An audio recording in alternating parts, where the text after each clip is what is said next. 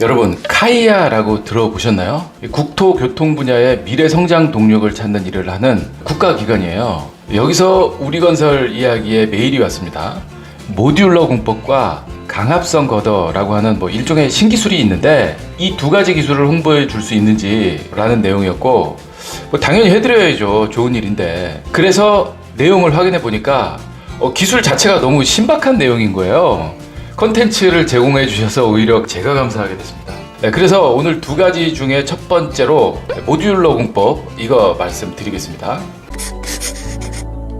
모듈러 공법은 집을 공장에서 만드는 거예요. 표준화된 실내 공간을 모듈러 형태로 공장에서 제작해서 운반한 다음에 현장에서는 조립만 하는 공법인 건데, 이게 장점이 엄청 많아요. 그래서 이게 카이아의 국토교통 R&D 우수 성과 중 하나로 뽑힐 정도였어요. 이게 또 보면 우리나라가 날씨의 영향을 많이 받잖아요. 겨울에 공사하려면 이렇게 해야 되거든요. 한동 전체를 천막으로 그냥 막 다 폭 뒤집어 씌워가지고 저 안에서 열풍기 돌리면서 보온 양생시키고 있는 건데, 여름도 마찬가지예요. 저렇게 기초 타설하다가 비가 쏟아지면 레미콘 품질이 어떻게 되겠습니까? 거기다가 그냥 먼지 나고 시끄럽고 냄새 나고, 그러니까 주변에 사는 분들이 가만히 있질 않아요. 그런데 이런 불쾌할 수밖에 없는 여러 공정의 일들이, 이게 만약에 공장에서 모조리 다 제작이 된다면 주변의 민원인들한테도 당연히 좋은 일인 거고, 특히 현장 입장에서 보면 지붕이 있는 실내 공간이잖아요. 여기서 집이 만들어진다는 건 날씨에 관계없이, 그러니까 균일한 품질로 집이 완성이 된다는 거예요. 그래서 선진국들은 지금 엄청 활발하게 적용하고 있어요. 지금 보시는 이게 44층 높이거든요. 호주에 있는 라트로브 타워라는 모듈러 건축이에요. 2016년 11월에 완공된 건물이니까 지금부터 8년 전에 준공했어요. 이미 준공. 옛날 방식으로 했으면 44층이니까 최소 40개월은 걸렸을 텐데, 이게 딱 20개월 걸려서 완성된 건물인 거예요. 영국도 마찬가지예요. 2009년에 25층짜리 기숙사를 완성한 데 이어서 44층짜리 조지 로즈 타워스라는 건물을 모듈러 방식으로 지금 건설 중이에요. 지금 이 사진. 그런데 우리나라는 카이아와 함께 2003년에 국내 최초로 2층 모듈러 건축인 신기 초등학교, 이게 이제 건립되면서 시작됐고, 군부대 시설을 중심으로 2, 3층짜리 정도의 모듈러 건축이 명맥을 잇고 있었어요. 그게 진행되어 왔고, 그러다가 드디어 국내 1호 모듈러 주택이 이제 완성된 게 2017년이에요. 가양동에 준공한 이거 30세대짜리거든요. 높이는 6층이고 공공 임대주택. 이게 첫 실적이에요. 거기다가 좀 더 안타까운 건 선진국은 이미 40층, 50층 이렇게 준공하고 있잖아요. 이러고 있을 때 우리는 국가 R&D 과제의 목표 층수가 15층이에요. 15층. 이게 왜 우리한테 지금 더 절실하냐면, 건설 현장에서의 숙련된 기술자 부족 문제가 이게 엄청 심각하거든요. 기존 건축물은 숙련도가 뛰어난 사람이 맞느냐 초보자가 맞느냐에 따라서 품질이 좌우되게 돼 있어요. 그래서 전혀 예상치 못한 하자가 뻥뻥 발생하기도 하는데, 거기다가 사회적인 이슈를 봐도 우리나라 지금 현재 1, 2인 가구 비중이 엄청나게 늘고 있잖아요. 그들이 몰리는 곳에 좀 저렴하게, 그리고 대량으로 주택을 공급해줘야 그들도 살고 사회도 돌아가고 그럴 거잖아요. 그리고 올림픽, 엑스포 이런 국가 행사가 있으면 일시적으로 대규모 숙박시설이 필요하잖아요. 그런데 이런 곳은 빨리 짓기도 해야 되지만 행사가 끝나고 나면 또 이것도 해체해야 되는데, 친환경적으로 문제없이 설치와 해체가 진행될 수 있는 모듈러 건축, 이게 딱이에요. 그래서 실제로 평창 동계올림픽 때 4층짜리 300실 규모의 미디어 레지던스, 얘가 바로 이 모듈러 방식으로 건축했거든요.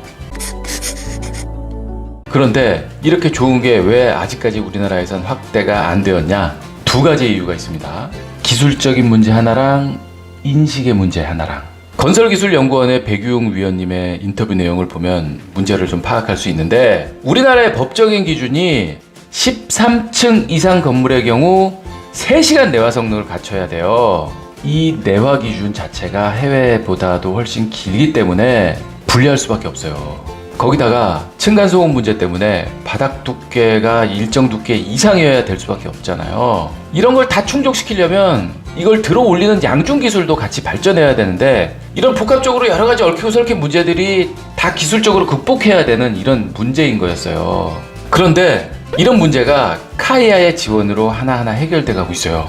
조립식 주택 화성능 평가 및 실증을 1차년도, 2차년도, 3차년도, 4차년도에 걸쳐서 검증을 한 거죠. 바닥 충격음에 대한 차음 성능이나 기밀 성능 이런 것도 성능 평가가 완료된 상태고요. 열 성능도 마찬가지예요. 기준치를 만족하는 수준으로 평가가 이미 되고 있는 거고, 그러면서 또 제일 중요한 게 뭡니까? 조립식으로 만들었는데 이거 구조적으로 튼튼할까 걱정하시는 분들 많잖아요. 이런 구조적인 안전성에 대한 의문도 검증이 완료가 된 상태예요. 자, 그래서 기술적인 문제는 어느 정도 하나씩 극복해 나가고 있는 상황인 거고, 사실은 이 두 번째, 이게 더 큰 문제인데, 모듈러 공법에 대한 약간 부정적인 인식이 있어요. 이걸 바꿔야 돼요.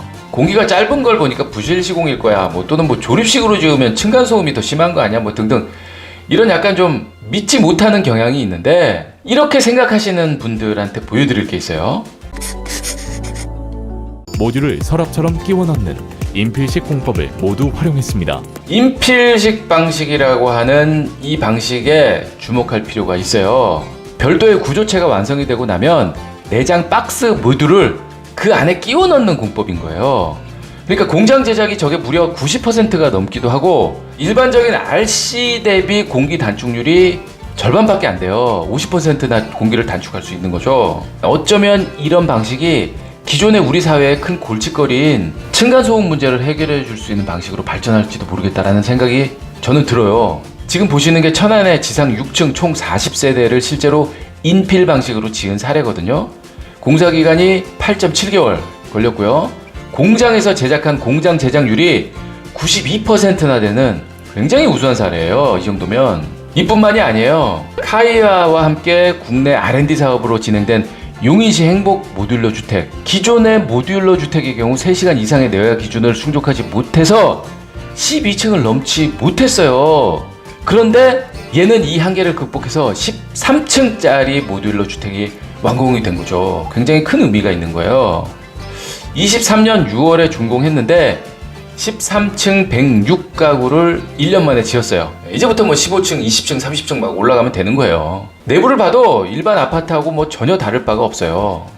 그래서 저는 이 모듈러 공법이 좀 빨리 건설 현장에 좀 상용화가 됐으면 좋겠어요. 근데 우리 충분한 가능성이 있잖아요. 조립해서 완제품 만드는 사업, 조선업, 자동차 이런 업종에서 우리가 세계 탑이잖아요.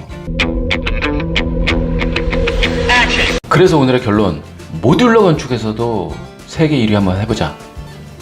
끝.